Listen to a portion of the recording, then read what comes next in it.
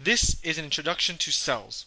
Now, the discovery of cells was thought to be by this man by the name of Robert Hooke, who one day decided to cut a slice of a corkscrew and examine it under a microscope. Now, he was amazed to find small pores, and he didn't know what they were. But these small pores were actually dead cell walls. He named them cells because it reminded him of the cells where prisoners are usually kept in. Now then, years later, a man by the name of Anton van Leeuwenhoek, I don't know how to pronounce it, took some pond water and using a better microscope examined what was inside. He noticed living things moving and was truly fascinated by it. He called these things animalcules, small animals. He even again then wanted to see what he can find in other places, even his teeth. He scraped some substances off his teeth and found bacteria. He then sent his results to the Royal Society, and soon with the help of Robert Hooke, became a world celebrity. Now then, after years later, in 1831, a biologist by the name of Theodor Schwann concluded that plant and animal cells are very identical, and from his observation, he established the cell theory, which states two things. One, all organisms are composed of one or more cells, and two, cells are the structural units of life. Now, cells have many properties. Let's take a look at some. All cells in your body consist of a specific gene that makes you a unique individual. Now, every person has a different type of gene. Now, these genes have certain mutations. Each type of gene has certain mutations in them. And essentially, these are what makes us unique individuals. Now, cells can also replicate itself. When a female and a male egg and sperm unite, making a new cell, so here we have an egg, and then here we have a sperm. When it unites to make a new cell, this new cell can then proliferate, creating a newborn organism known as a baby. Now, and this baby has its own unique gene, which comes from its mother and father.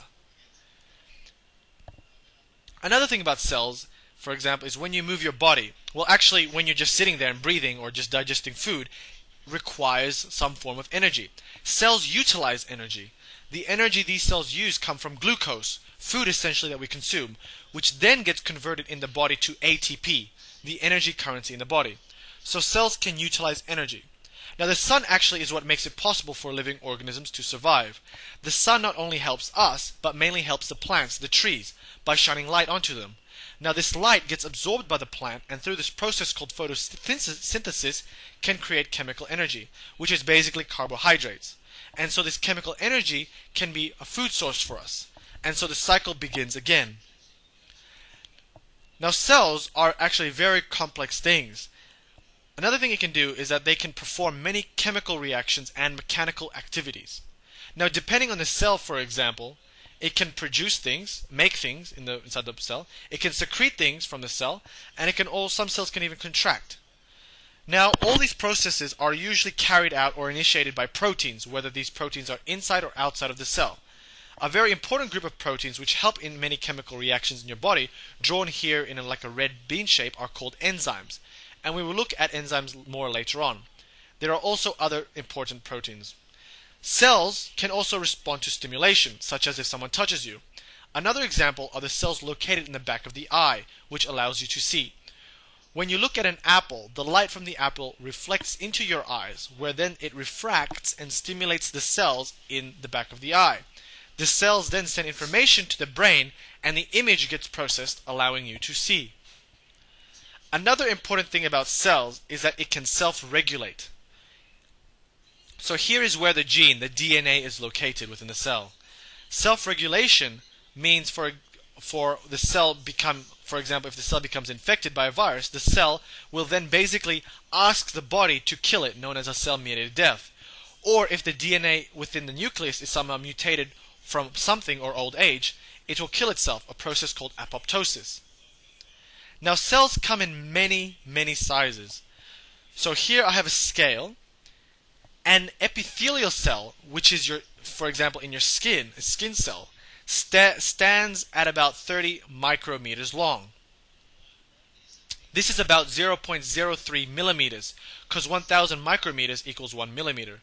Whereas a lymphocyte, part of an immune cell, is 12 micrometers in diameter, nearly 1,000 times smaller than 1 millimeter. A bacteria, which is also a small cell, is much smaller and sits at about 1 micrometer. Now, to put this size into perspective, a frog's egg is about 2.5 millimeters in diameter, which is about 2,500 micrometers. A HIV virus is 100 nanometers. 1,000 nanometers is 1 micrometer. Our DNA is 2 nanometers wide.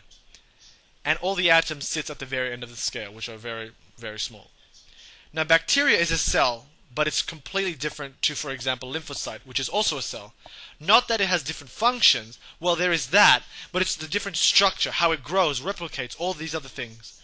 Bacteria is from one of these two families of cells called prokaryotic cells, which means without a true nucleus. A lymphocyte on one of our cells are from another family, the other family called eukaryotic, which means the true nucleus. So from all this, we have learned that there are two types of cells, prokaryotic and eukaryotic. An example of a prokaryotic cell, as mentioned, is bacteria, which looks something like this. An eukaryotic example can be a typical human cell.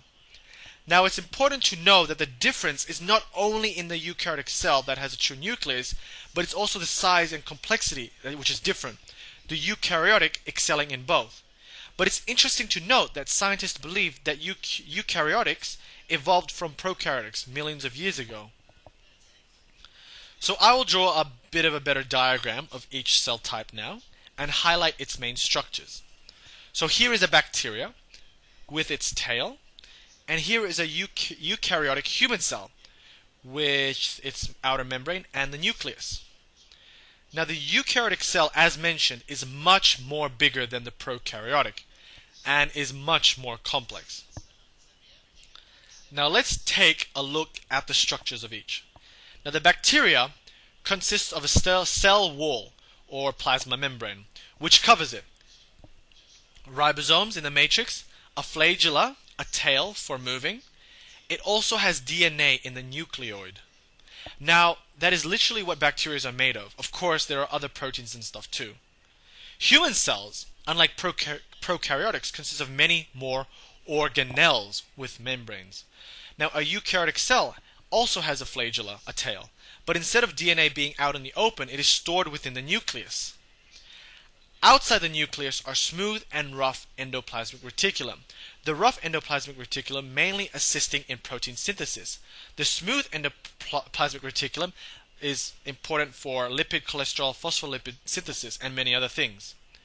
The eukaryotic cell also consists of ribosomes and cell membranes, which is the same as most prokaryotics.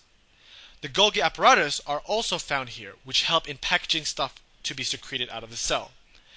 Now, these things which are not found in prokaryotics are called mitochondrions, which make the stuff we talked about, ATP, the energy currency. So from these images, you can tell that eukaryotic cells, such as this human cell, has at least two compartments, whereas the bacteria has only one. What makes eukaryotic cells some more complex and special is that it can fully replicate itself in a process called mitosis, making two identical cells. Same DNA and nucleus. It can also engulf things and secrete things as well. Now, prokaryotic cells reproduce in a totally different way and use a process called binary fusion, where it also divides, but the new cells are not identical and still has to grow. Now, let's mainly look at eukaryotic cells. These cells come in many types and shapes. There are many types of cells in the human body and the plants. Now, here is a typical plant cell, which uses photosynthesis. The skin cell, including the keratinocytes, amongst many other cells. Look at its shape. Fat cells are found all around your body, such as adipose. Neurons, a very important cell used for controlling the body, essentially. One lobe of the liver contains hundreds of hepatocytes arranged neatly in order. Osteocytes are one of few bone cells. And there are skeletal muscle cells also, which are long, cylindrical looking and also can contract. So that concludes the overview of cells. I hope you guys liked it. I will be putting up more videos on cell biology. Now, seeing that uni just started, I've been pretty busy, but I will try to keep posting. Anyways, thanks. Please comment and like. And subscribe, perhaps? Thank you.